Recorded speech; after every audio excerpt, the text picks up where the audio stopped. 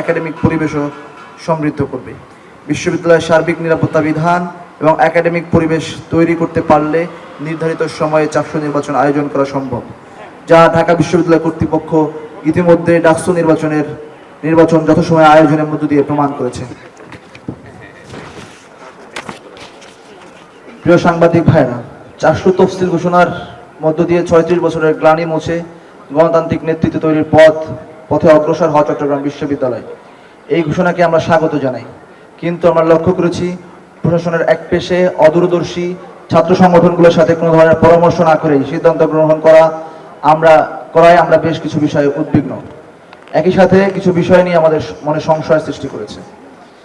এক, লিখিত প্রস্তাবনা গ্রহণের পর প্রশাসন শিক্ষার্থী এবং ছাত্র সংগঠনের সাথে কোনো আলোচনায় না বসে নিজেদের মতো করে গঠনতন্ত্র সংস্কার এবং সংশোধন করেছে। চাকসুর গঠনতন্ত্রের সভাপতি হিসাবে উপাচার্য মহোদয়কে একচ্ছত্র ক্ষমতা দিয়েছে, যা নির্বাচিত প্রতিনিধিদের স্বাধীনভাবে কাজ করতে পদে পদে বাধাগ্রস্ত করবে বলে মনে করি। যুগোপযোগী প্রয়োজনীয় ক্যাম্পাসের সাথে প্রাসঙ্গিক অনেকগুলো সম্পাদকীয় পদ রাখা হয়নি। অধিকন্তু প্রয়োজন নেই এমন অনেকগুলো পদে সহ সম্পাদক পদ যুক্ত করা হয়েছে। প্রশাসনকে গঠনতন্ত্র সংস্কারের মাধ্যমে প্রয়োজনীয় সম্পাদকীয় পদ বৃদ্ধি করতে হবে।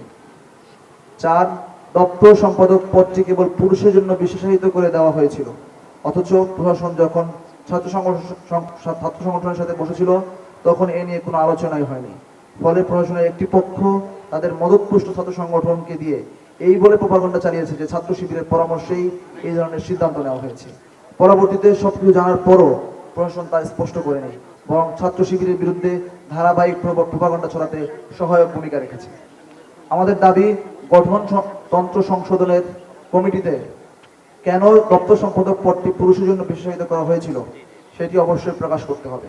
প্রশাসনের এটাও প্রকাশ করতে হবে যে নারীদের প্রতি বিদ্বেষ প্রসূত এ ধরনের ঘৃণ্য কাজ যারা করেছে তাদের উদ্দেশ্য কি। ছাত্র শিবিরকে প্রোপাগান্ডার মাধ্যমে নারী বিদ্বেষী হিসাবে ফ্রেমিং করা, নাকি নিজেদের নারী শিক্ষার্থীদের প্রতি বিদ্বেষ নিয়ে এ কাজ করেছে তাও স্পষ্ট করতে হবে। পাশাপাশি তাদেরকে স্ব পদ থেকে পদত্যাগ করতে হবে। 5, প্রশাসন কোনো সংগঠনের সাথে আলোচনা না করেই বিশেষ একটি সংগঠনের একপাক্ষিক সুবিধা দিতে ভোটার ও প্রার্থীদের বয়স সীমা তুলে দিয়েছে। আগামী 24 ঘন্টার মধ্যে প্রশাসনকে এই ধরনের একপেশে সিদ্ধান্তের ব্যাখ্যা স্পষ্ট করতে হবে। আমরা মনে করি একটি দলের নেতাদের ছাত্রত্ব ফিরিয়ে দেওয়া নিয়ে কোনো আলোচনা ছাড়াই তাদেরকে নির্বাচনে অংশগ্রহণের সুযোগ করে দেওয়ার জন্যই বয়স সীমা তুলে দেওয়া হয়েছে। 6, ছাত্রলীগের সন্ত্রাসীদের কোনো ধরনের বিচার না করায় তারা ক্যাম্পাসে অবাধে বিচারণ করছে এবং বিভিন্ন সংগঠনের আশ্রয় প্রশ্রয়ে চাকসু নির্বাচনের প্রস্তুতিও নিচ্ছে। জুলাই বিপ্লব পরবর্তী ক্যাম্পাসের জন্য এর থেকে লজ্জা আর কিছু হতে পারে না। অপরাধীদের বিচারের জন্য বিজ্ঞান অনুষদের ডিন প্রফেসর ডক্টর আলামিন স্যারকে প্রধান করে দায়িত্ব দেওয়া হয়েছিল, কিন্তু লজ্জার ব্যাপার হচ্ছে তিনি অপরাধীদের ন্যূনতম বিচারের আওতায় না এনে জুলাইয়ের সাথে বেইমানি করেছে। আমরা মনে করি মানবিক বিবেচনায় ছাত্রত্ব ফিরিয়ে দেওয়া শিক্ষার্থীদের সুযোগ একাডেমিক পরিসরে সীমাবদ্ধ রাখা যেতে পারে, অন্যথায় এটা প্রমাণিত হবে যে তাদের কেবল চাকসু নির্বাচনে অংশগ্রহণের জন্যই ছাত্রত্ব ফিরিয়ে দেওয়া হয়েছে, যা ছাত্র সমাজ মেনে নেবে না। 8, গঠনতন্ত্রে উল্লেখিত চাকসুর বিভিন্ন কমিটিতে সভাপতিকে সীমাহীন ক্ষমতা দেওয়া হয়েছে। আমরা মনে করি সভাপতির ক্ষমতা হ্রাস করে নির্বাচিত সহসভাপতি, সাধারণ সম্পাদক এবং সংশ্লিষ্ট সম্পাদকদের ক্ষমতা বৃদ্ধি করা প্রয়োজন। 9, নির্বাচন কমিশনের অধিকাংশ সদস্য সরাসরি একটি বিশেষ দলের রাজনীতির সাথে জড়িত থাকা অবস্থায় নির্বাচনের লেভেল প্লেইং ফিল্ড নিশ্চিত নিয়ে আমরা শঙ্কিত। নির্বাচন কমিশনের দায়িত্ব থাকা প্রফেসর জাহিদুর রহমান চৌধুরী, তিনি প্রকাশ্য ছাত্র শিবির সহ তার মতের বিরোধী সকলের বিরুদ্ধে বিদ্বেষ পোষণ করেন। এমন একজন শিক্ষক নির্বাচন কমিশনে থাকলে সেই নির্বাচন সুষ্ঠু হওয়া সম্ভব নয়। সুষ্ঠু নির্বাচনের স্বার্থে নির্বাচন কমিশনকে নিরপেক্ষ করতে হবে। 10, আমরা গভীর উদ্বেগের সাথে লক্ষ্য করছি একটি পক্ষ প্রশাসনের সকল ব্যর্থতার দায় ইসলামী ছাত্র শিবিরের উপরে চাপানোর ব্যর্থ চেষ্টা চালাচ্ছে। প্রশাসনের ভিতরে থাকা একটি পক্ষ নিয়মিত বিতর্কিত কর্মকাণ্ড করে তাদের মদতপুষ্ট ছাত্র সংগঠনকে দিয়ে এই কার্যক্রমে ছাত্র শিবির জামাত শিবির বলে প্রচার করছে, কিন্তু দেখা যায় ওই বিতর্কিত কর্মকাণ্ডের দায়িত্বে থাকা শিক্ষকগণ বিএনপির রাজনীতির সাথে সম্পৃক্ত। যেমন চাকসু গঠনতন্ত্রে দপ্তর সম্পাদক পদে পুরুষের জন্য সংরক্ষিত করা, জুলাই এক্সিবিশনে রিস্কাওয়ালার ঐতিহাসিক যে ছবি ছিল সেই ছবিতে দাঁড়িপাল্লা মার্কা যুক্ত করা।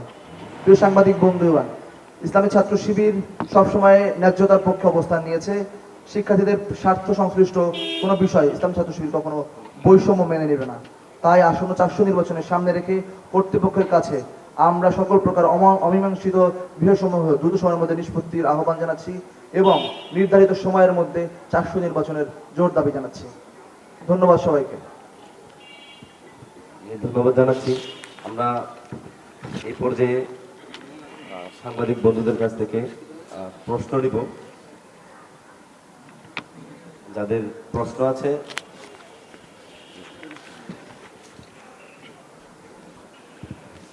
আমি Mizanur Rahman, rising B doctor করি। এখানে 9 নম্বর পয়েন্টে বলা হয়েছে নির্বাচন কমিশনের অনিরপেক্ষতা আপনার ল্যাবের প্ল্যান ফিল্ড নিয়ে শঙ্কিত। এখানে একটা বিশেষ দলের রাজনীতি কথা বলেছেন, এটা মানে কাদেরকে বলেছেন আমরা এটা জানতে চাই। জি, ধন্যবাদ আপনাকে। আপনারা দেখেছেন আমাদের যদি নির্বাচন কমিশনটা দেখেন, সেখানে নির্বাচন কমিশনে যাদেরকে দায়িত্ব দেওয়া হয়েছে তাদের প্রায় 60% শিক্ষক বিএনপির ছাত্র রাজনীতির সাথে জড়িত। সুতরাং আমরা মনে করি একটা দলের এতজন শিক্ষককে যদি দায়িত্ব দেওয়া হয়, সেইটা নির্বাচনের নিরপেক্ষতা নিয়ে প্রশ্ন তুলে এবং আসলে নিরপেক্ষ নির্বাচন তারা বাস্তবায়ন করতে পারবে কিনা, নাকি তাদের ছাত্র সংগঠনকে তারা এক্সট্রা কোনো সুযোগ দেওয়ার চেষ্টা করবে, সেটা নিয়ে অবশ্যই প্রশ্ন ওঠে। আচ্ছা, আপনি বললেন যে 60% বিএনপি পন্থী, সে জায়গায় 40% কি আপনাদের জামাতপন্থী কিনা? না, জামাতপন্থী কিনা এটা তো আমি জানি না, এটা আপনারা খুঁজে বের করতে পারেন। তবে এখানে আমরা মনে করছি যে একটা পক্ষকে বিশেষ সুযোগ দেওয়ার জন্য তাদের পক্ষে শিক্ষকদেরকে অতিরিক্ত দেওয়া হয়েছে। ধন্যবাদ।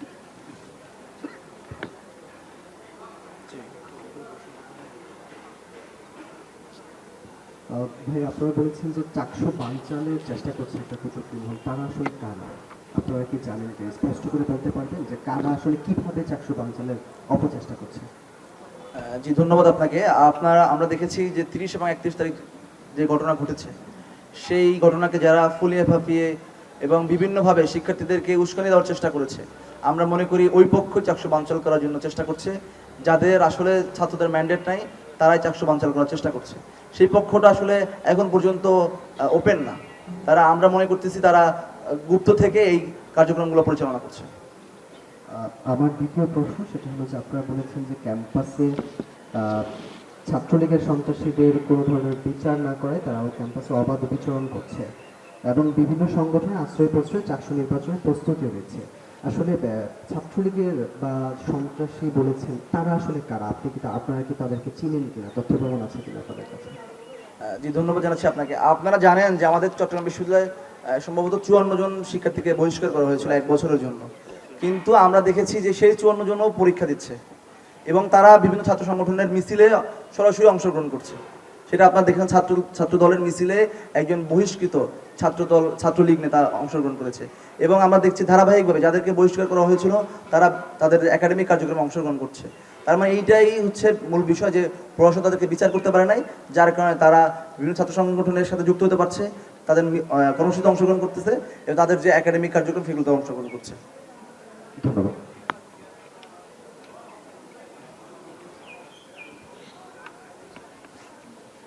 জি, আর কারো?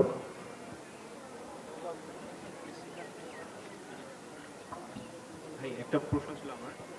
যেমন গঠনতন্ত্র প্রকাশ করার আগে সকল ছাত্র সংগঠনের শিক্ষার্থীদের সাথে বিশ্ববিদ্যালয় প্রশাসন বসেছিল, তো তখন নাকি কয়েকটা ছাত্র সংগঠন অভিযোগ করেছে যে আপনারা যে নারী, বিশেষ করে যে আপনার বয়স সীমার যে বিষয়টা, যে এমফিল ডিগ্রি বা হচ্ছে অধিকতর ডিগ্রিতে বিশেষ করে ওনারা চেয়েছেন যে অনার্স এবং মাস্টার্সকে রাখা শুরু, কিন্তু আপনারা নাকি তখন বলেছেন যে এমফিলকে ইনক্লুড করে। আর কয়েকটা ছাত্র সংগঠন আমাদের বিভিন্ন সংবাদ সম্মেলনে জানিয়েছে, বিষয়টা ক্লিয়ার করবেন। বিষয়টি একেবারে সত্য নয়। আমরা আমাদের যে প্রস্তাবনা ছিল, খসড়া প্রস্তাবনা, সেখানে ছিল নিয়মিত ছাত্র, যারাই নিয়মিত ছাত্রের আওতায় আসবে তারা 400 নির্বাচনে অংশগ্রহণ করতে পারবে। সেদিন ছাত্র শিবিরের পক্ষ থেকে কোনোভাবেই এমফিল যুক্ত করা হোক কিংবা এমফিল বাদ দেওয়া হোক, এ ধরনের কোনো বিষয় ছাত্র শিবিরের পক্ষ থেকে আসেনি।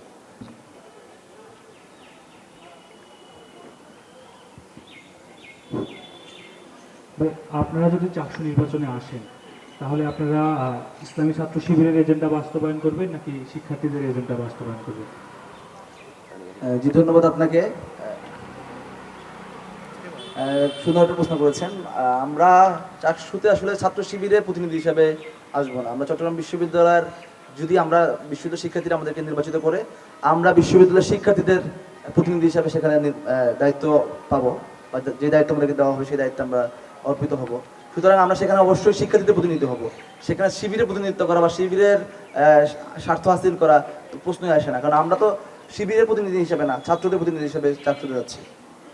এখানে আমাদের এখন পর্যন্ত যে আবাসন ব্যবস্থা, এবং আমরা শহর থেকে আমাদের ক্যাম্পাস অনেক দূরে হওয়ার কারণে আমাদের একটা বড় অংশ স্টুডেন্ট যারা শহরে থাকেন, তো সেক্ষেত্রে আমার মনে হয় যে বিশ্ববিদ্যালয়ের প্রশাসনকে এই দায়িত্ব নিতে হবে যে কিভাবে আমাদের শিক্ষার্থী ভাই বোনদেরকে নিরাপদে ক্যাম্পাসে নিয়ে এসে তাদেরকে সুষ্ঠু ভোটের পরিবেশ তৈরি করে তাদেরকে ভোট দেওয়ার সুযোগ করে দেওয়া যায়।